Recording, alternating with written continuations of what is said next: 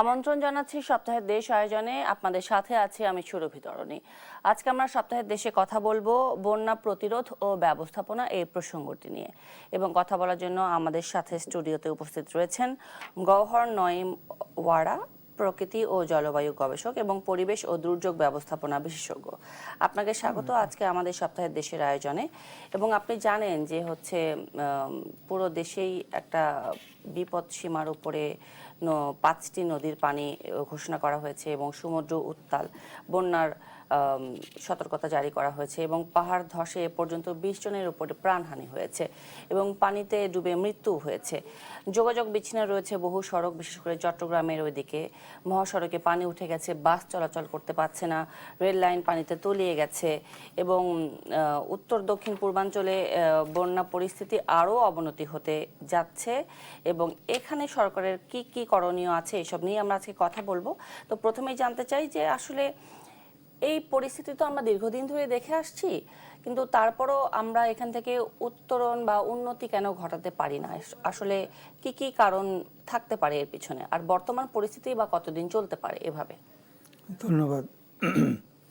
আপনি শুরুতে বলছেন না বিপদ সীমা, এই বিপদ সীমাটা কার বিপদ? এটা পানি উন্নয়ন বোর্ড দেয়, তার স্থাপনার বিপদ। মানুষের বিপদ তার বেশি আগে শুরু হয়ে গেছে।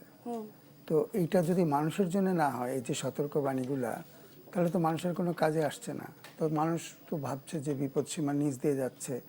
বিপদ সীমা হচ্ছে ওখানে পানি উন্নয়ন বোর্ডে যে সমস্ত স্থাপনা আছে তাদের জন্য এটা বিপদ সীমা। এটা গ্রামের মানুষের, যার চাষের ভূমি আছে তার জন্যে কিন্তু এটা না। ঠিক একইভাবে আমরা যদি আজকের বিষয় সেটা না, তবুও বলে রাখি আমাদের যে সাইক্লোনের যে সতর্কবাণী যেগুলো আসে সেগুলোও কিন্তু মানুষের জন্য না, এটা জাহাজের জন্য এবং বন্দরের জন্য। সেই জন্য 5, 6, 7 মানে একই, কিন্তু আমার আপনার কাছে 5 মানে কম, 7 মানে বেশি, তাই তো? কিন্তু ওটা এই বন্দরের কোন দিক দিয়ে যাবে সেটার উপর নির্ভর করে 5, 6, 7। এটা তো সাধারণ মানুষের জানার কথা না, এটা ওনারা জানেন। তো দেশ তো 50 বছরের বেশি স্বাধীন হয়েছে, এখনো পর্যন্ত আমরা এটাই বলে যাচ্ছি, জাহাজের জন্য এবং নাবিকদের জন্য এবং বন্দরের জন্য। কিন্তু মরছে তো মানুষ। আজকে যে আপনি প্রসঙ্গটা উঠিয়েছেন, এটা নিয়ে আজকে হয়তো আপনারা কোনো অনুষ্ঠান করতেন না যদি না এতগুলা মানুষ মারা যেত। 22টা লাশ একটা বড় জিনিস, সেটা নিয়ে আমরা চিন্তিত। মানুষ মারা গিয়েছে দেখে আমরা বেশি চিন্তা করছি, কিন্তু এই মানুষের জন্য তো আমাদের কোনো সতর্কবাণী নাই, আমাদের কোনো আগাম সংকেত নাই, কিছুটাই না, কোনোটাই না। বললাম যে আপনি যখন আমি প্রশ্ন করলাম যে বিপদ সীমা কার বিপদ সীমা, কতটুকু হলে বিপদ সীমা হবে, এটা তো ওনারা জানেন আর ওনাদের স্থাপনাগুলা জানেন। সাধারণ মানুষ তো জানে না, আমি আপনি তো জানি না। তাহলে এটা কার জন্য? আপনি এমনি দেখবেন না, আবহাওয়ার যখন খবর দেয় রেডিওতে, তখন বলে কয়েকটি জায়গায় কিছু কিছু স্থানে ভারী থেকে মাঝারি, হালকা থেকে বৃষ্টি হবে। এটার মানে কি? এটা মানুষের সাথে তো এক ধরনের রসিকতা করা হয়। সাধারণ মানুষ এটা বুঝতে পারবে। কিন্তু এখন যতভাবে প্রযুক্তি গিয়েছে, আমি খুব স্পেসিফিক্যালি বলে দিতে পারবো যে রংপুরের কোন উপজেলায় কতটুকু বৃষ্টি হতে পারে। আমি সেটা বলি না কেন, কারণ আমাদের তো রংপুরে রেডিও স্টেশন আছে, বিভিন্ন জায়গায় আছে, ওখানে আবহাওয়া অফিস আছে, ওটা তারাই করুক। আমাদের আবহাওয়া অফিসটা টোটালি ঢাকা থেকে কন্ট্রোল করা হয় এবং এটা মিনিস্ট্রি অফ ডিফেন্সের আন্ডারে। আচ্ছা, ফলে এটা নিয়ে কেউ কথা বলবে না। এটা যে মানুষের কাজে লাগছে না, এটা 50 বছর ধরে মানুষ বলছে, কিন্তু এটা কেউ শুনছে না। কারণ ওনারাও চান ওইভাবেই চলুক, তাতে তাদের সুবিধা আছে। আপনি জানেন যে আমাদের যখন কি সুবিধা, তারা তো মিনিস্ট্রি অফ ডিফেন্সের আন্ডারে আছে, সেখানে তাদের বেতন ভাতা, রেশন ভালো পাওয়া যায়। অতএব ওটা নিয়ে কেউ নাড়ানাড়ি করবে না, কেউ প্রশ্ন তুলবে না, এটাই তাদের মজা। আপনি জেনে অবাক হবেন, যখন আমাদের 2 বছর আগে এই নোয়াখালী, ফেনী এবং লক্ষ্মীপুরে যে ভয়াবহ বন্যা হলো, যখন বন্যা হচ্ছে তখন আমাদের আবহাওয়া অফিসের লোকরা স্ট্রাইক করে বসে আছে, তাদের বেতন বাড়াইতে হবে ওই সময়টায়। ফলে তথ্য তো সেইভাবে যায়নি, এটা নিয়ে কেউ প্রশ্ন করেনি যে তোমরা এই সময়টা কেন বেছে নিলে। তখন একটা আমাদের আপৎকালীন সরকার ছিল, দুর্বল সরকার ছিল, অতএব তারা যা খুশি তাই করতে পারছে, ওটাই তাদের একটা হলো। তো আমাদের যারা দেশের মানুষের ট্যাক্সের পয়সা নিয়ে দিন চলছে, তাদের তো দেশের মানুষের কথা একটু ভাবতে হবে নিশ্চয়ই। তো সেটা হলো আমাদের একটা বড়, এটা আজকে যেটা ঘটনা ঘটছে এটা টোটালি একটা গভর্নেন্স ইস্যু। আমরা জানতাম যে এই বর্ষাকালে বৃষ্টি হবে, আমরা জানতাম যে বৃষ্টি বেশি হবে, আমরা জানতাম যে এল নিনো এবার নতুন করে আসছে, এটার একটা প্রভাব, আমাদের বেশি বৃষ্টি হবে, গরম বেশি পড়বে, গরম বেশি পড়লেই বেশি বৃষ্টি হয়। এগুলো সব তো জানা কথা, তাহলে আমি কেন প্রস্তুত হলাম না? একদম। কেন এতগুলো মানুষ মারা গেল? আবার দেখেন মানুষ যে মারা গেছে এটারও একটা হিসাব আছে। সেটা কি হিসাব? আপনি দেখেন যে রোহিঙ্গা রিফিউজি ক্যাম্পে যতগুলো শিশু মারা গেছে, একজন বাদে বাকি সবগুলো হলো মেয়ে শিশু। আপনি যদি লাশ গোনেন আপনিও পাবেন যে নারী এবং মেয়ে শিশুর সংখ্যায় বেশি আছে। তার মানে আমি যদি ছেলে শিশুটাকে নিরাপদে রাখতে পারি, মেয়ে শিশুটাকে কেন নিরাপদে রাখতে পারবো না?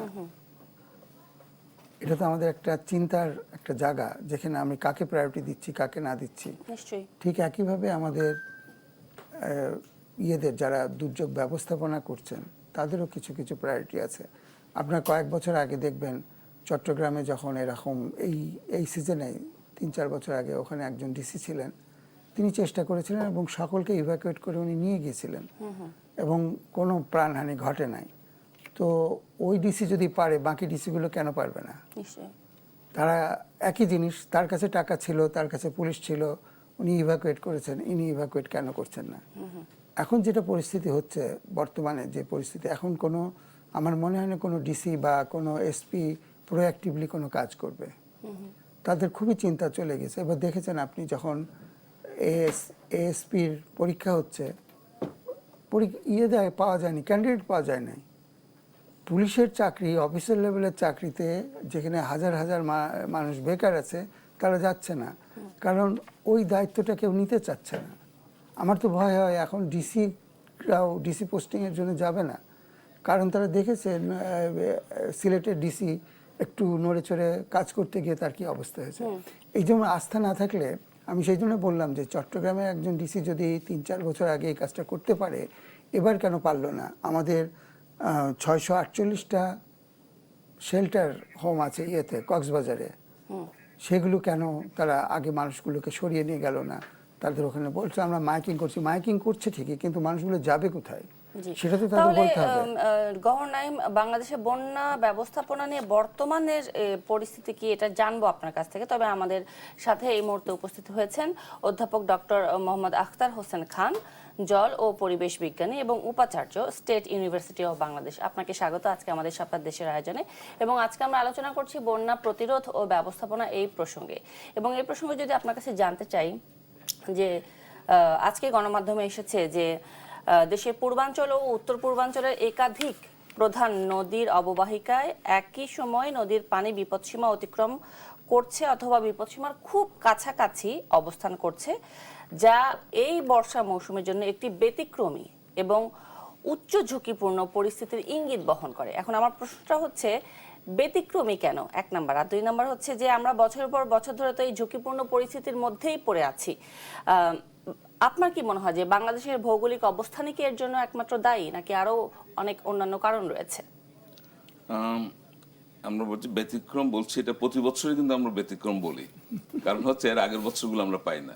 এটা হচ্ছে ট্রেন্ডটা হচ্ছে এমন, এটা মেইন দায়ী হচ্ছে আমাদের যে ক্লাইমেট চেঞ্জ, যে হঠাৎ করে বেশি বৃষ্টি হয়ে যাচ্ছে।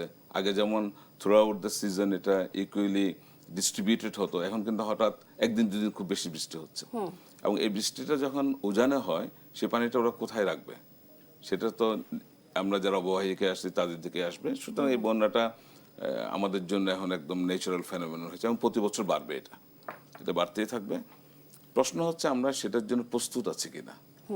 এই প্রস্তুতিটা আমরা, যেহেতু এটা প্রতি বছরে আসছে, আগাম প্রস্তুতিটা এটা নেওয়া থাকলে আমার মনে হয় ক্ষয়ক্ষতিটা একটু কম হতো। জি। আর আমাদের যে ব্যবস্থাপনা যদি বলি, সেটা তো একটা তো হচ্ছে আমাদের লোকজনকে আশ্রয় দেওয়া, তাদেরকে ইভ্যাকুয়েট করা, এটা একটা দিক আছে। আরেকটা হচ্ছে এই বন্যার সাথে তাল মিলিয়ে আমাদেরকে কিভাবে করতে, আমাদের নদীগুলো ড্রেজিং কবে করেছে আমরা ভুলে গিয়েছে। এই পানিগুলোকে তো আমাকে সাগরে পৌঁছাতে হবে। আমাদের জলাশয় যেগুলো ছিল সেগুলো ভরাট হয়ে যাচ্ছে, আমরা নতুন জলাধার সৃষ্টি করতে পারছি না। এই পানিগুলো আসলে সেগুলোকে রাখার ব্যবস্থা করতে হবে এবং এটাকে সঠিক সময়ে যদি আমরা সাগরের দিকে ঠেলে দিতে পারি, তাহলে হয়তো কিছুটা হলেও আমরা রেহাই পাবো এই দুর্যোগ থেকে। জি, এবং আরেকটি জিনিস যে আমরা প্রত্যেকবারই দেখি যে এই বর্ষা মৌসুমে বিশেষ করে চট্টগ্রামে পাহাড় ধসটা বারবার হচ্ছে। এটি আসলে আমরা কোনোভাবে চাইলেও ঠেকাতে পারছি না। এটির পেছনে আসলে কারণগুলো কি কি? এর প্রধান কারণ হচ্ছে পাহাড়তে আমরা গাছ কেটে শেষ করে দিচ্ছি। এই যে মাটিগুলো ধস নামে, এই মাটিগুলো তো একটা কিছু বাইন্ডিংস থাকতে হবে। জি। আগে আপনার পাহাড়ে যে সমস্ত গাছপালা ছিল এগুলোর রুট সিস্টেম এমনভাবে ছিল যে মাটিগুলোকে তারা আলগা হতে দিত না। এখন আমরা সেখানে চাষাবাদ করছি পাহাড়ের ঢালে, মাটিগুলো লুজ হচ্ছে এবং সহজে একটু বৃষ্টি হলে কিন্তু সেগুলা চলে আসতেছে। এবং পাহাড়কে আমরা কিন্তু পাহাড় হিসাবে রাখতে পারিনি। আমরা যতই সেখানে ভিতর ঢুকেছি আমরা পাহাড়টাকে নষ্ট করেছে এবং এগুলো হবেই। এই জিনিসগুলো পাহাড়ের সাথে বনও নষ্ট করেছে আমাদের। জি, তো বন চকরিয়া নষ্ট করেছে। সুন্দরবন আমাদের সুন্দরবনের মতনই একটা বড় বন ছিল। বড় হচ্ছে সেই বনটাকে আমরা ধ্বংস করে ফেলছি চিংড়ি চাষ করতে গিয়ে। এবং আপনি যে বলেন পাহাড়ে যে চাষাবাদগুলো হয়, এই চাষাবাদও গুলো কি হচ্ছে পাহাড়ি যেই ওয়েদার, সেই ওয়েদারকে কেন্দ্র করে হয় কিনা? যেই গাছ ওখানে রোপণ করা দরকার বা যে ধরনের শস্যের চাষাবাদ ওখানে করা দরকার তা কি করা হচ্ছে কিনা? এগুলো আর একটু বিশদভাবে যদি বলতে হয়, এগুলো পাহাড়ে চাষ করার একটা সিস্টেম রয়েছে। আমরা এবং সেই সিস্টেমগুলো ফলো করা হচ্ছে কন্ট্রোল, কিনা? সেই জিনিসগুলো ফলো করা হয় না। ঠিকমতো ফলো করা হলে অনেকটা প্রিভেনশন হয়তো হতো। আমরা নির্বিচারে গাছ ধ্বংস করছি, 1 নম্বর। 2 নম্বর, চাষাবাদ আগে যেমন পাহাড়ে চাষ করতো কারা? পাহাড়িরাই চাষ করতো, জুম চাষ করতো। আর একটি জায়গায় কিন্তু 2-3 বছর বেশি থাকতো না, এবং তারপর তারা আরেকটি জায়গায় চলে যেত এবং এটাকে যথেষ্ট সময় দেওয়া হতো আবার সেখানে আপনার গ্রিনারি ডেভেলপ করার জন্য। এবং তারা যখন আরেকবার ঘুরে আসতো সেখানে, ইতিমধ্যে কিন্তু সেখানে আবার সবুজ হয়ে যেত। আমরা সেটা এখন জনসংখ্যার চাপেই হোক বা আমাদের বাইরে থেকে লোকজন গিয়েছে সেই কারণেই হোক, আমরা সেই সময়টুকু পাহাড়কে দিচ্ছি না। জি, ডক্টর আক্তার হোসেন, আমি আসবো আবারও আপনার কাছে। এ পর্যায়ে গওহর নঈম ওয়ারা, আপনার কাছে জানতে চাই যে আসলে বন্যা ব্যবস্থাপনা নিয়ে বাংলাদেশের বর্তমানে চিত্র কি? বিশেষ করে বর্ষা মৌসুম শুরু হওয়ার আগে থেকে যে আগাম সতর্কবার্তার যে নির্দেশনাগুলো প্রয়োজন, সেগুলি বা কিভাবে পরিচালিত হচ্ছে বর্তমানে? আমি একটু পাহাড়ে ফেরত যেতে চাই তার আগে। সেটা হচ্ছে যে পাহাড়ের এটা একটা রাজনৈতিক সিদ্ধান্ত ছিল যে বাইরের মানুষকে ওখানে নিয়ে যাওয়া, সমতল মানুষের কৃষি ব্যবস্থাপনা সম্পূর্ণ ভিন্ন। তারা জায়গাটা আগে প্লেন করবে, তারপর একটু পুকুর কাটবে, একটু পানি রাখবে, এটা হলো সমতলের ব্যবস্থা। পাহাড়ের উপর গিয়ে এই কাজগুলো করতে গিয়ে আমরা পাহাড়কে টোটালি নষ্ট করে ফেলেছি, সেটা আমাদের মানতে হবে। আমাদের যতগুলো উন্নয়ন পরিকল্পনা আছে এখন পর্যন্ত, আমাদের পাহাড়ের গাছ তো নষ্ট করেছি। আপনি দেখেন আমাদের যে নতুন রেল লাইন হয়েছে, যেটা কক্সবাজার পর্যন্ত যাচ্ছে, বা তো রেল লাইন মানে গাড়ি তো থেমে গিয়েছে। এই রেল লাইনটা করতে গিয়ে কতগুলো পাহাড় নষ্ট করা হয়েছে এবং মাটি কেটে এখন বান্দরবনের যে পানিটা নামতো, সেই পানিটা নামার কোনো রাস্তা নাই। এটাকে আপনি কিভাবে বলবেন? কিভাবে এটাকে আপনি আপনি বলছেন পাহাড় হচ্ছে, বৃষ্টি হচ্ছে, মানুষ মরে যাচ্ছে, আগে তো হইতো না এখন হচ্ছে। আমরা বলছি ক্লাইমেট চেঞ্জ। আমি যে চেঞ্জটা করেছি সেটাও তো একটা ইয়ের মধ্যে আনতে হবে। একদিকে আমরা হাওরের মধ্যে দিয়ে রাস্তা বের করে নিয়ে আসছি, হাওর বন্ধ হয়ে গেছে, এখন বৃষ্টি হলে সিলেটে পানি জমে যায়, হাওরে পানি নামতে পারে না। এদিকে আমি কক্সবাজার থেকে রেল লাইন নিয়ে ঢাকা পর্যন্ত নিয়ে আসছি, ওদিকে 2 পাশের বন তো নষ্ট করেছি। আমি পানি বেরিয়ে যাওয়ার রাস্তাটাও আমি রাখি নাই, হাতি যাওয়ার রাস্তাটা পর্যন্ত রাখি নাই। তাহলে আমি কি করছি? এটা কি পরিকল্পনার অভাব? অবশ্যই পরিকল্পনার অভাব, এবং এটা মানে কোনো পরিকল্পনার অভাব কি, এটা অদূরদৃষ্টি সম্পন্ন একটা ব্যবস্থাপনা। দেশকে, মাটিকে সম্মান না করে এই কাজটা করা, এই কাজটা করতে গিয়ে এদেরকে আসলেই তো আইনের আওতায় নিয়ে আসা উচিত। এটা যেভাবে ধ্বংস করেছে, এটা ইরিভার্সিবল ক্ষতি হয়েছে। আপনি তো আর হাওড়ে সেই বৈচিত্র্য আনতে পারবেন না।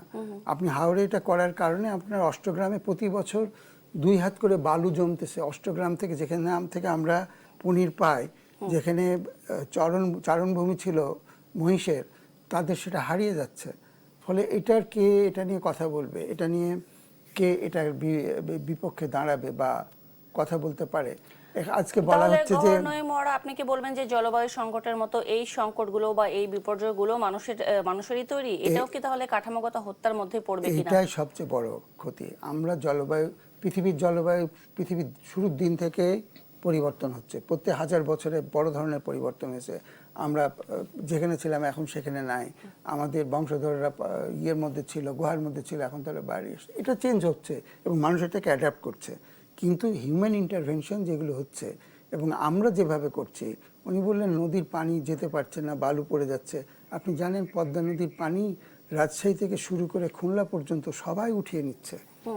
তাহলে এই পানিটা যাবে কোথায়? সুন্দরবন তো এমনি বাঁচবে না। এবং এই পানি উঠিয়ে নেওয়ার সাথে সাথে ওখানে পলি পড়ছে, ওখানে যেতে পারছে। একটা তো ফারাক্কা আছে, ফারাক্কা তো অনেক ক্ষতি করছে, কিন্তু আমরাও তো বিরাট ক্ষতি করছি। এখন পদ্মার পানি যতটুকু আছে এতটুকু তো সাগর পর্যন্ত পৌঁছানোর মতন আমরা রাখছি না। আমরা ঢাকার মানুষের জন্য পানি উঠাচ্ছি পদ্মা থেকে, রাজশাহীর মানুষের জন্য উঠাচ্ছি, খুলনার মানুষের জন্য উঠাচ্ছি। আমাদের নগর জীবনের জন্য আমরা যতটা করছি তাতে নদী শেষ হয়ে যাচ্ছে। আর দিনের শেষে আমি বলছি ক্লাইমেট চেঞ্জ, হ্যাঁ অবশ্যই ক্লাইমেট চেঞ্জকে অস্বীকার করার কিছু নাই, কিন্তু আমরা যে ভোগবাদী যে অর্থনীতি গড়ে তুলছে এবং সর্বনাশ অর্থনীতি গড়ে তুলছে, এর থেকে আমাদের কোনো মুক্তি নাই। এটা আমাদের চিন্তা করতে হবে সার্বিকভাবে। নদীগুলোকে না বাঁচাতে পারলে, এবং নদী শুধু না, নদীর শাখা নদী যেগুলো আছে যেগুলো নদীকে বাঁচিয়ে রাখতো, আমরা এখন খাল খনন করতে যাচ্ছি, কিন্তু আমাদের উচিত হচ্ছে নদীগুলোকে ঠিক মতো নিয়ে করা। এবং এই নদীগুলো শাখা নদী যারা, তারা বর্ষার সময় পানিটা ধরে রাখে, আবার শুকনোর সময় ওটা মেন নদীতে পাঠিয়ে দেয়, ওগুলো মাছের উৎস হিসাবে কাজ করে।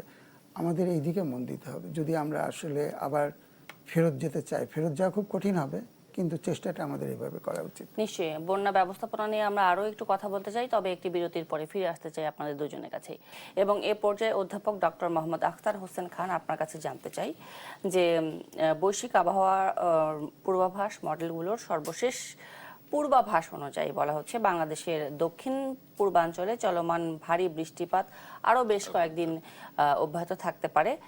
এমত অবস্থায় আমাদের প্রস্তুতি কিরকম আছে বলে আপনি মনে করেন? আর ত্রাণ ব্যবস্থাপনার বিষয়টাও আপনার কাছ থেকে শুনতে চাই। সেটা যাওয়ার আগে একটু গৌর ভাই যেটা বলছিলেন যে আমাদের পানি উত্তোলন করে নিচ্ছে আমরা, এবং সাথে সাথে সিলটেশন বাড়ছে, পলি বাড়ছে, উপায় তো নেই। আমরা এই তো জনসংখ্যা, আমাদের তো তাদেরকে বাঁচিয়ে রাখতে হবে। এখন বিকল্প কি? হয় সারফেস ওয়াটার, নইলে গ্রাউন্ড ওয়াটার। গ্রাউন্ড ওয়াটারের যে অবস্থা দিনকে দিন সেটা নিচের দিকে নামছে, এটা আমাদেরকে ব্যবহার করতেই হবে, এটা কোনো উপায় নেই। কিন্তু এটার যে মারাত্মক, উনি যে কথাটা করেছেন, মারাত্মক এফেক্ট যেটা, সেটা হচ্ছে আমরা যদি পানি ফ্রেশ ওয়াটার সাপ্লাই দিতে না পারি, তাহলে কিন্তু সল্ট ওয়াটারটা ইন্ট্রুশন হচ্ছে, এবং দিনকে দিন সেটা আর ভিতর দিকে চলে আসতেছে। এত করে আপনার অ্যাগ্রোনমি শেষ হবে, এগ্রিকালচার শেষ হবে, আপনার ন্যাচারাল যে একটা ইকোসিস্টেম ছিল সেটা ধ্বংস হবে। এখন উপায় কি এটাতে? উপায় হচ্ছে আমাদের, উনি যেটা বললেন যে ভোগবাদী আমরা হয়ে গেছি, সেখান থেকে কত টাকা আমরা কমিয়ে আনতে পারবো আমি ঠিক জানি না। কারণ আমরা এখন সবাই এআই কথা বলি, আর্টিফিশিয়াল ইন্টেলিজেন্স, কিন্তু এটার কথা আমরা বলি না যে এআই যে সার্ভার ইউজ করতে হয় সেখানে ফ্রেশ ওয়াটার কি পরিমাণ আমরা ওখানে ঠান্ডা কুলিং সিস্টেমের জন্য দেওয়া হয়, এটার কথা কিন্তু আমরা বলি না।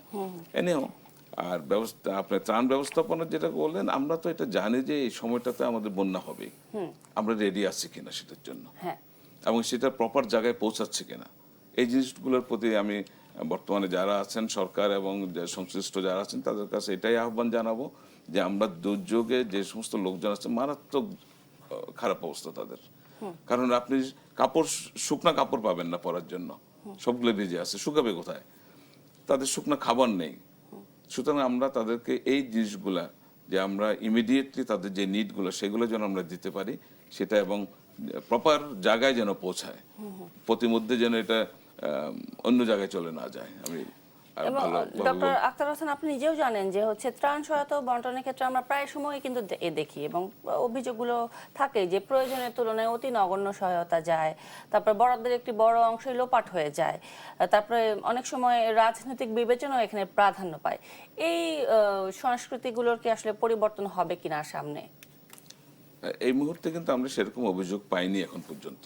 আমরা যেটা পেয়েছি ঠিক মতো যাচ্ছে না, কিন্তু রাজনৈতিক বিবেচনায় এদিক ওদিক হচ্ছে, সেই অভিযোগগুলো এখন পর্যন্ত আমরা পাইনি। আরেকটা জিনিস আমরা খেয়াল করবেন, বিগত কয়েক বছর ধরে আমরা সাধারণ মানুষ কিন্তু ঝাঁপিয়ে পড়ে ত্রাণ নিয়ে, এবার কিন্তু এখনো সেটা শুরু হয়েছে বলে আমার নজরে পড়েনি। আমরা ঢাকা বিশ্ববিদ্যালয়ে টিএসসি দেখেছি ট্রাকে ট্রাকে ত্রাণ চলে এসেছিল, এখন পর্যন্ত কিন্তু সেই যে আমরা নজর পড়েনি, আমার নজরে পড়েনি। আশা করবো এখনো বোধ হয় খুব অল্প সময়ের জন্য যেটা হয়েছে, আমার মনে হয় শুরু হয়ে যাবে। আর মেইনলি এটা ঢাকা শহরেতে হয়, ঢাকা চট্টগ্রাম শহর থেকে এই ত্রাণগুলা, সাধারণ মানুষের যে ত্রাণগুলা, এখানেই তো আমরা পানির নিচে ভাসছি, চট্টগ্রাম শহর তো নিজেই পানির মধ্যে ভাসছে। সুতরাং ওই কাজটা বোধহয় অতটা ত্বরান্বিত করা যাচ্ছে না, কিন্তু আমি আশা করব অন্য বছরের মতো এবারও সাধারণ মানুষগুলো এগিয়ে আসবেন। তাহলে আগাম সতর্ক বার্তা দিয়ে বা কি লাভ হবে?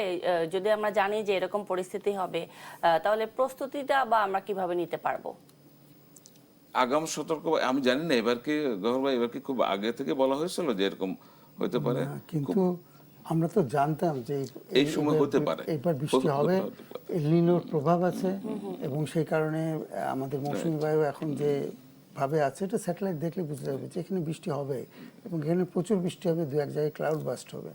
আমাদের প্রস্তুতিটা আসলে আমরা ওইভাবে করি আর না। প্রস্তুতি তো সেন্ট্রালি না করে, এগুলো কিন্তু আপনি ঢাকায় আপনি প্রস্তুতি রাখলেন, লাভ হলো কি? আমি যদি প্রপার কক্সবাজার পৌঁছাতে না পারি, আমি যদি চকরিয়া পৌঁছাতে না পারি, কিংবা দুর্গম সাতকানিয়া এলাকায় যদি দুর্গম পৌঁছাতে এলাকায় না পৌঁছাতে পারি, না পারি, কিন্তু আমি পৌঁছাবো বা কিভাবে যে রাস্তাঘাট যেভাবে না প্লাবিত এগুলো আগে হয়ে থেকে, যাচ্ছে? উনি যেটা বলছেন, রাস্তা- আগে থেকে থাকতে হবে সেখানে। পৌঁছানোর কোনো ইয়ে নাই, আপনার ঢাকা থেকে জিনিস যেতে হবে এমন তো না। আপনার পেরিফেরিতে অনেক জিনিস আছে। আর আমাদের যে ত্রাণ ব্যবস্থাপনা বা ত্রাণ সামগ্রীর যে চিন্তাটা, এটা মাথা থেকে বের করে দিতে হবে। কেন? এখন ধরেন আপনার যে মানুষটা কুতুবদিয়ার ফ্লাড শেল্টারে গিয়ে আটকে আছে, দুদিন ধরে তার খাবার নাই, তাকে আপনি কি খাবার দিবেন? তাকে চিড়া দিবেন? সে দুদিন খায় না, আপনি দুদিন পরে না খেয়ে থাকলে আপনাকে চিড়া দিলে আপনার কেমন লাগবে? তাকে রান্না করা খাবার দিতে হবে, সেটার ব্যবস্থা আছে কিনা? যদি না থাকে তাহলে কি হবে? আপনি নরসিংদী থেকে এখন ট্রাক ইয়ে নিয়ে যেতে পারবেন, কাঁঠাল নিয়ে যেতে পারবেন, সেটাই আপনি তাদের দেন। এটা আপনার কোনো কুকিং লাগবে না, কিছু লাগবে না, সবাই খেতে পারবে। এবং কাঁঠালের যে পরবর্তীতে যে বর্জ্যটা হবে, সেটা গরু ছাগলও পছন্দ করে খাবে।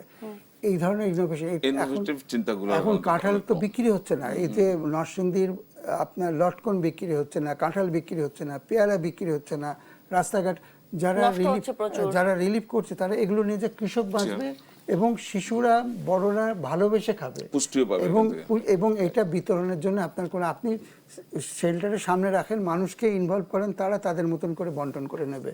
এটা কোনো ব্যাপার না যে মানুষ চুরি হয়ে যাবে, ইয়ে করবে।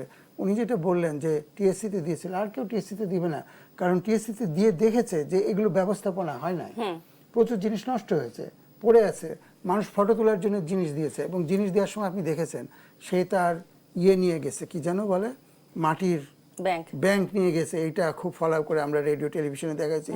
ও তার ইয়ের জন্য কি বলে, সৌদি আরবে যাবে বলে টাকা জমাচ্ছিল, সেটা সে নিয়ে আসছে। আপনি জানেন এটা কত সময় লাগে ব্যাংকটা ভেঙে টাকাগুলো গুনতে, প্রত্যেকটা ইয়েকে গুনে হিসাব করে সেটা রাখতে?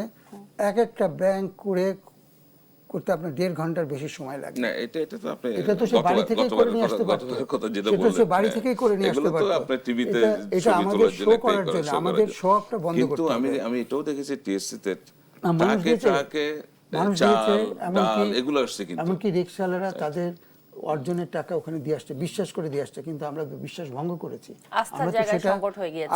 আস্থা সংকট বড় করে দেখা দিয়েছে। আমি চাইলে আমাকে দিবে কেন? আমি পৌঁছাচ্ছি কিনা এটা দেখাতে হবে তো। এটা তারা পৌঁছাতে পারে না, তারা ব্যাংকে টাকা জমা রেখেছে, কেউ ফেলে দিয়েছে। আমি তো 2 মাস পরে গিয়ে দেখেছি জিনিসপত্র ওখানে পড়ে আছে। তো এইভাবে করলে তো হবে না।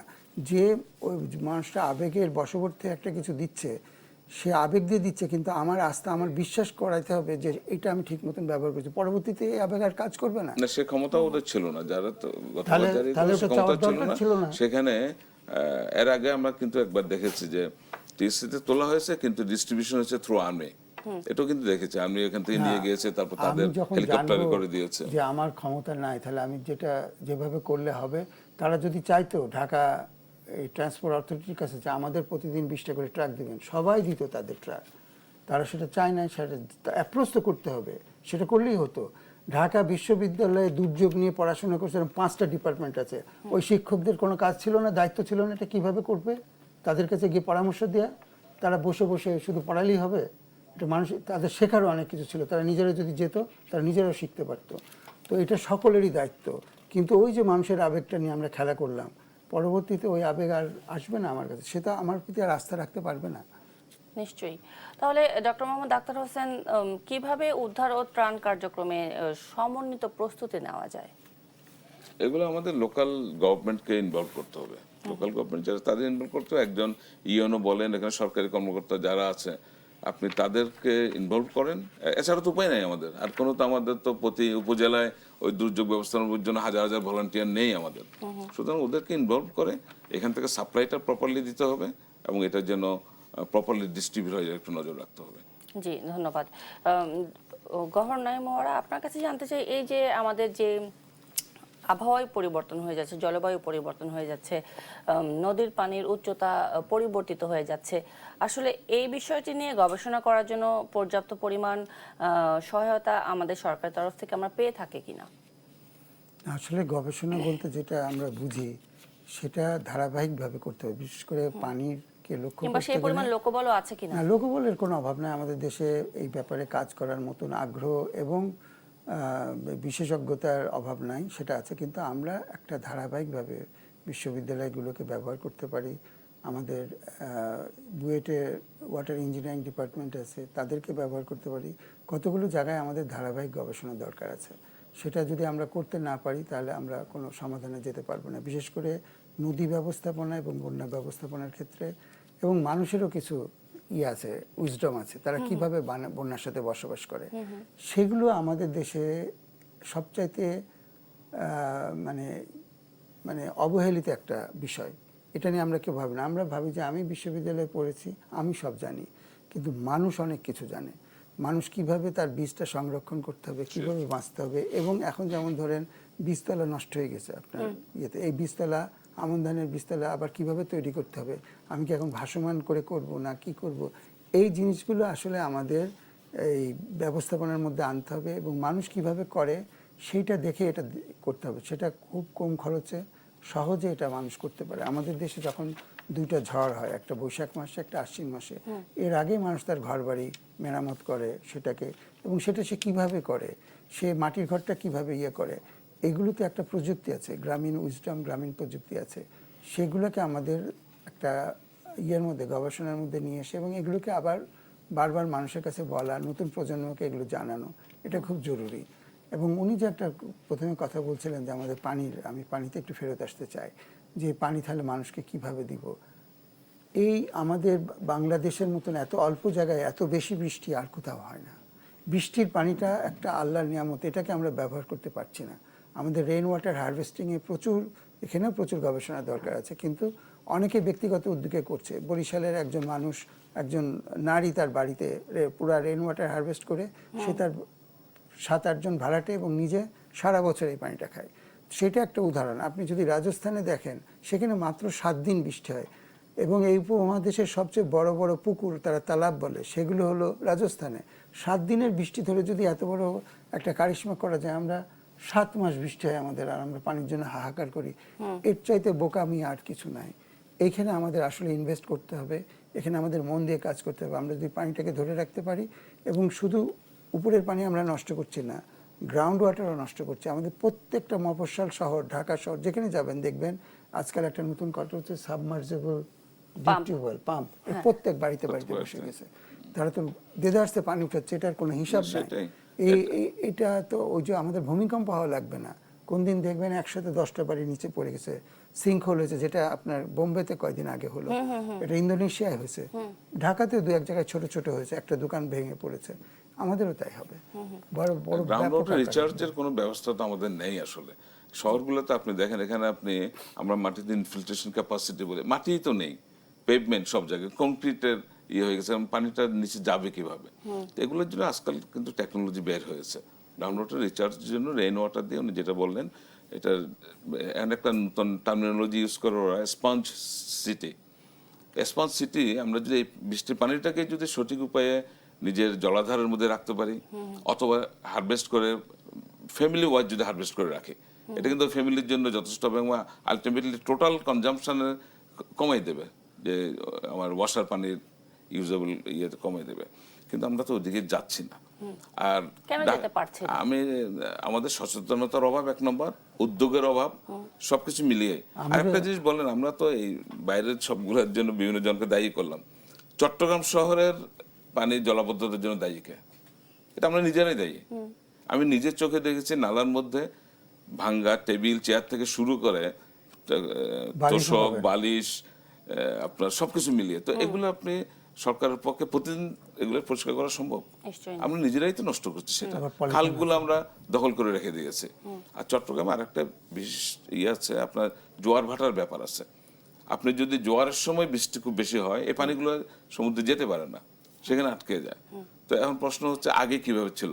যেমন আমরা চাকতাই খাল, একটা সবাই আমরা জানি, চাকতাই খাল এখন আর খাল নেই তো এখানে, সমস্ত আপনি দেখবেন দোকানপাট বিল্ডিং গুলো এটার উপর বসে আছে, ড্রেজিং ঠিক মতো হচ্ছে না। তো এইগুলোর জন্য আমরাও তো দায়ী, আমরা নিজেরাও দায়ী অনেকটাই। কিন্তু এগুলো যারা দেখাশোনা করবে তারা কি করছে? না, দেখাশোনা করছে, দেখাশোনার দায়িত্ব তো সেটাও আবার আমরা সরকারের দিকে তাকাচ্ছি। দেখাশোনার দায়িত্ব তো আসলে জনগণের, এবং জনগণের প্রতিনিধি যারা আছে স্থানীয় সরকার তাদের। আমাদের যদি ওয়ার্ডগুলোকে আমরা ওইভাবে দায়িত্ব দিতে পারতাম, আজকে কয়েক বছর ধরে আমাদের কোনো স্থানীয় সরকার নাই। ঠিক একই পরিস্থিতি হয়েছিল 72 সালে। 69 সালে বিডি মেম্বারদের বাড়িঘর পুড়িয়ে দেওয়ার কারণে আমাদের বন্ধ হয়ে গিয়েছিল, লোকাল গভর্নমেন্ট ছিল না। দেশ স্বাধীনের পরে লোকাল গভর্নমেন্টের দরকার হলো রিলিফ ডিস্ট্রিবিউশনের জন্য, তখন লোকাল গভর্নমেন্ট নাই। কি হলো যে একটা পার্টির ইউনিয়ন লেভেলের যারা কমিটি ছিল তারা রিলিফ কমিটি হলো। পরে দেখেছেন বঙ্গবন্ধু বলছেন যে আমার কম্বলটা কোথায়। আমাদের লোকাল গভর্নমেন্টটাকে তৈরি করতে, উনি যে শুরুতে বলেছিলেন যে লোকাল গভর্নমেন্টের দায়িত্ব এটা, তো লোকাল গভর্নমেন্টই তো এখন নাই। আমাদের সবার আগে দরকার ছিল লোকাল গভর্নমেন্টটাকে এস্টাবলিশ করা। এবার রিলিফ দিতে গিয়ে আপনি লোকাল গভর্নমেন্ট পাবেন না। এখানে বারবার বলছে, চট্টগ্রামে খবর এসছে, দেখা যায় আমরা বলছি যে জনপ্রতিনিধিদেরকে সতর্ক থাকার জন্য। কারা জনপ্রতিনিধি? কোনো ভোট নাই, কোনো ইলেকশন নাই, কোনো ইউনিয়ন নাই, কোনো নাই, আপনার পৌরসভার ইলেকশন নাই, জনপ্রতিনিধি কেউ নাই। এখন জনপ্রতিনিধির জায়গার নিচে পার্টির লোকজন। পার্টির লোকজনের তো কোনো দায়বদ্ধতা নাই, তারা নিজেদেরটা বুঝবে। এখান থেকে আমাদের বেরিয়ে আসতে হবে। অর্থাৎ পরিবেশকে রাজনৈতিক বলয় থেকে রক্ষা করতে হবে। এবং এই পর্যায়ে অধ্যাপক ডক্টর মোহাম্মদ আখতার হোসেন, আপনার কাছে জানতে চাই যে আমাদের ত্রাণ মন্ত্রী জানিয়েছেন যে দুর্যোগ ব্যবস্থাপনা ও ত্রাণ মন্ত্রণালয় আগাম সতর্কীকরণ ও পূর্বাভাস ব্যবস্থা আরও শক্তিশালী করেছে। একই সঙ্গে জরুরি পরিস্থিতিতে ব্যবহারের জন্য বহুমুখী ঘূর্ণিঝড় ও বন্যা আশ্রয় কেন্দ্রগুলো সর্বদা প্রস্তুত রাখা হচ্ছে। আপনার কাছে প্রশ্ন হচ্ছে, এই প্রস্তুতি কি যথেষ্ট কিনা? যদি যথেষ্টই হতো, তারপরে তো অনেক প্রাণহানি হয়েছে, অনেক ক্ষয়ক্ষতি আরো বেশি হয়েছে। আপনি আসলে কিভাবে এটাকে ব্যাখ্যা করবেন? প্রথম যে প্রাণহানিগুলো যেগুলো হয়েছে সেগুলো কি কারণে হয়েছে সেটা আমাদের একটু দেখার ব্যাপার আছে, তাই না?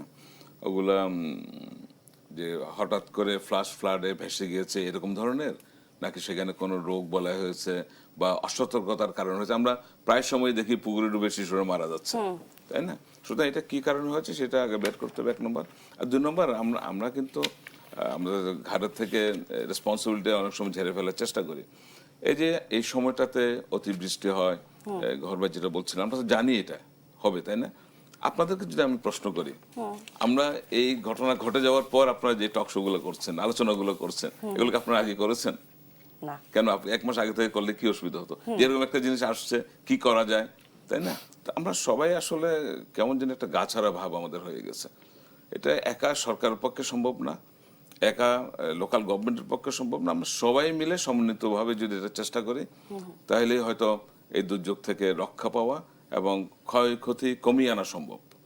একজনকে একজন দোষ দিয়ে তো লাভ নেই, এটা বাস্তবতা, এটাকে আমাদের ফেস করতে হবে, সবাই মিলে ফেস করতে হবে। এবং দুর্যোগ পরবর্তী বা বন্যা পরবর্তী যে প্রস্তুতিগুলো রয়েছে, সেগুলো আসলে সরকারি বেসরকারি সংস্থাগুলো মিলে কিভাবে সরকারের সাথে সমন্বয় করে কাজ করতে পারে? এটা একটা ভীষণভাবে অভাব। আমাকে এনজিও যারা আছে, যারা বেসরকারি প্রতিষ্ঠান, তাদের সাথে সরকারের সমন্বয় কিন্তু খুব বেশি নাই। গতবারের আমি একটা জায়গায় দেখেছি যেখানে যাচ্ছে, ফর এক্সাম্পল ফেনীতে, যেখানে আপনার যাতায়াত ব্যবস্থা ভালো, সবাই সেখানে হুমড়ি খেয়ে পড়ছে। আরেক জায়গায় সেখানে কেউই যাচ্ছে না। তা এটা যদি সমন্বয় থাকতো, এটা কিন্তু হতো না। আমরা সরকার যদি বলে ঠিক আছে এই উপজেলা আমি নিচ্ছি, তোমরা আরেকটা উপজেলায় যাও, আমি চক্করিয়া যাচ্ছি, তুমি বাঁশখালীতে যাও, এই সমন্বয়টা করার এটা মূল দায়িত্ব কিন্তু সরকারেরই। সরকারের এগিয়ে আসা উচিত, যে সবাইকে নিয়ে একসাথে যারা এগুলো কাজ করছে তাদেরকে একটা সমন্বিত আমব্রেলার নিচে নিয়ে আসা। জি, ধন্যবাদ আপনাকে। গভর্নর, আপনি আসলে সমন্বয়ের বিষয়গুলোতে আসলে কি কি চ্যালেঞ্জেস বা প্রতিবন্ধকতা দেখতে পান, যে কেন সমন্বয় করা যাচ্ছে না বা করতে চাইছে না, কি মনে হয় আপনার কাছে? না, সমন্বয়ের খুব সুন্দর ব্যবস্থাপনা আছে বাংলাদেশে। আমাদের যে স্ট্যান্ডিং অর্ডার আছে গভর্নমেন্টের, এর ভিতরে পরিষ্কার আছে। ফেনীর যে ঘটনাটা ঘটেছিল গত বন্যার সময়, তখন আমাদের দেশের রাজনৈতিক পরিস্থিতি অন্যরকম ছিল, এবং ফেনী, নোয়াখালী, লক্ষ্মীপুর এগুলো সব প্রাইস পোস্টিং ছিল। গভর্নমেন্টের নীল চোখের কর্মকর্তাদেরই ওখানে পাঠানো হতো, কারণ নোয়াখালী থেকে ছিল পার্টির সাধারণ সম্পাদকের বাড়ি, উনি ওনার পছন্দের লোক ছাড়া ওখানে যাওয়া মানে তো বিরাট ব্যাপার। যখন সরকার চেঞ্জ হয়ে গেলে সবাই ভয়ের মধ্যে ছিল, কাকে কখন কোথায় পাঠায় দেয়, সবাই নিজ নিজ সুটকেস ওইটারা বন্ধ করে ইয়ানফসি করছিল। ওই সময় সমন্বয় তাদের পক্ষে করা সম্ভব ছিল না, তারা করেও নাই, তারা কোনো দায়িত্বই নাই এবং দায়িত্ব না নিয়ে তারা তাদের মতন করেছিল। ফলে ফেনী টোটালি একটা, কিন্তু যে কোনো সময় আমাদের যদি স্ট্যান্ডিং অর্ডার মেনে চলা হয়, প্রথম কাজ হচ্ছে ইউএনওর কাছে গিয়ে রিপোর্ট করা, ইউএনও জায়গাগুলো ভাগ করে দেবে, তারা সেখানে যাবে। এরপরেও যারা ঢাকা থেকে যায়, ধরেন এগুলোকে গেরিলা পার্টি বলে, তারা কিছু সংগ্রহ করে হয়তো পঞ্চগড় থেকে আসছে, তাদের ৮০,০০০ টাকা গাড়ি ভাড়া গেছে, ১০,০০০ টাকার মাল নিয়ে আসছে, নিয়ে ওখানে গেছে, তাকে আবার সন্ধ্যার আগে ফিরতে হবে। তো তারা তো বেশি দূর যাবে না, তারা হাতের কাছে যা পাবে তো সেখানে, তারা আবার ইউএনওর কাছে দিবে না, তারা ছবি তুলবে, মানুষ তাদের কাছ থেকে নিচ্ছে, এটা আবার তাদেরকে পৌঁছাইতে হবে। এগুলোকে বলে ডিজাস্টার পর্নোগ্রাফি। এই ডিজাস্টার পর্নোগ্রাফি যদি আমরা বন্ধ করতে না পারি, আমাদের খাসলত যদি চেঞ্জ না হয়, তাহলে পারে তো হবে না। আর কিছু কিছু শব্দ আছে যেগুলো ইংরাজি হয় না, যেমন খাসলত, এটার কোনো ইংরাজি হবে না, এগুলো চেঞ্জ হবে না। আমাদের খাটাস, এটার কোনো চেঞ্জ হবে না, সে খাটাসই থাকবে সারা জীবন। তো আমাদের দুর্যোগ ব্যবস্থাপনায় অনেক বদ খাসলতের লোক, অনেক খাটাস শ্রেণীর লোক ঢুকে যায় এবং ঢুকে গিয়ে তারা সমস্যা তৈরি করে এবং অনেকে তো প্রাণও হারিয়েছে। ফেনী অপারেশনে গিয়ে অনেকে ডুবে মারা গিয়েছে, কিন্তু তাদের তো মারা যাওয়ার কথা ছিল না। তারা যদি সমন্বয়ের যে ব্যবস্থাপনা আছে সেটাকে মেনে নিত, সেইভাবে যদি করতো, কিন্তু এটা আগে বললাম ওটা একটা বিশেষ রাজনৈতিক পরিস্থিতি ছিল, সমন্বয় করা সম্ভব হয় না, কিন্তু সমন্বয়ের ব্যবস্থাপনা আমাদের আছে, ওটা যদি আমরা মেনে চলি তাহলে আমাদের পড়ছে। আর এই ধরনের গেরিলা অপারেশনগুলো বন্ধ করতে হবে। এগুলো যে কোনো ট্রাক আগে ডিসির অফিসে যাবে অথবা ইউএনওর কাছে যাবে, সেখান থেকে এটা চলতে হবে, নাহলে পুলিশ তাকে কোথাও ঢুকতে দিবে না। এটা যদি হয় তাহলে সমন্বয় খুব সহজে হতে হবে। আমাদের সমন্বয়ের ব্যবস্থাপনা আছে, কিন্তু এবার সমন্বয় খুব কঠিন হবে, কারণ আমাদের লোকাল গভর্নমেন্ট নাই, ইউনিয়ন পরিষদগুলো নাই, যারা এখনও আছে তারা পালিয়ে বেড়াচ্ছে, অনেকের মামলা আছে, আমাদের নির্বাচন হলো না। এবং ইউনিয়ন পরিষদ যদি না থাকে, সেখানে ইউএনও সবগুলো ইউনিয়নের এখন সে অ্যাডমিনিস্ট্রেটর হয়েছে, তার পক্ষে এটা সামাল দেওয়া অসম্ভব ব্যাপার হবে। সেদিকে আমাদের মনোযোগ হতে হবে যদি আমরা ভালো মতন কিছু করতে চাই। জি, ধন্যবাদ আপনাকে। ডক্টর মোহাম্মদ আখতার হোসেন, আপনার কাছে একটা ছোট প্রশ্ন করতে চাই যে ন্যাচারাল ইকোসিস্টেম তো আমরা অনেকটা ধ্বংসই করে ফেলছি, আপনারা দুজনেই বললেন, তারপরও তো পরবর্তী প্রজন্মকে টিকে থাকতে হবে, তাদের জন্য কি পরামর্শ দিবেন ছোট করে? পরামর্শ হচ্ছে ধ্বংস কমাতে হবে এবং গাছ লাগাতে হবে, প্রচুর পরিমাণে গাছ লাগাতে এবং হবে, সঠিক গাছ লাগাতে হবে, সঠিক গাছ লাগাতে হবে, এক্স্যাক্টলি, খুবই খুবই গুরুত্বপূর্ণ। জি, ধন্যবাদ অধ্যাপক ডক্টর মোহাম্মদ আখতার হোসেন খান এবং গহন নঈম ওয়ারা, আপনাদের দুজনকে আজকে আমাদের সপ্তাহের দেশে সময় আমি দেওয়ার ছোট জন্য। একটা কথা বলতে চাই, নিশ্চয়ই। সেটা হচ্ছে এইবার যে বন্যা হচ্ছে, এখান থেকে মানুষকে আমাদের সবচেয়ে আগে অগ্রাধিকার দিতে হবে গর্ভবতী মায়েদের, এদের রেস্কিউ করা, সঠিক জায়গায় নিয়ে যাওয়া। এদের তালিকা উপজেলায় আছে, সরকারিভাবে গভর্নমেন্টের কাছে আছে, কোথায় কে মানে একটা সমস্যার মতন গর্ভবতী অবস্থায় আছে তার তালিকাও আছে, কার কবে ডেট সেটাও জানা আছে। এইটা আমাদের প্রায়োরিটি দিয়ে করতে হবে। ফেনীতে অনেকগুলো মা মারা গেছে, তারা করে, এইটার যেন সেটা না হয়, কারণ এই তথ্য আছে, ও সিভিল সার্জনের কাছে আছে, ঢাকার সেন্ট্রাল লেভেলে আছে, এদেরকে রেস্কিউ করার একটা ব্যবস্থা করা দরকার। নিশ্চয়ই। অসংখ্য ধন্যবাদ আপনাদের দুজনকেই আজকে আমাদের সময় দেওয়ার জন্য এবং সাথে কৃতজ্ঞতাও জানাচ্ছি। দর্শক, সপ্তাহের দেশে এই ছিল আজকের মতো। ধন্যবাদ সবাইকে সাথে থাকার জন্য।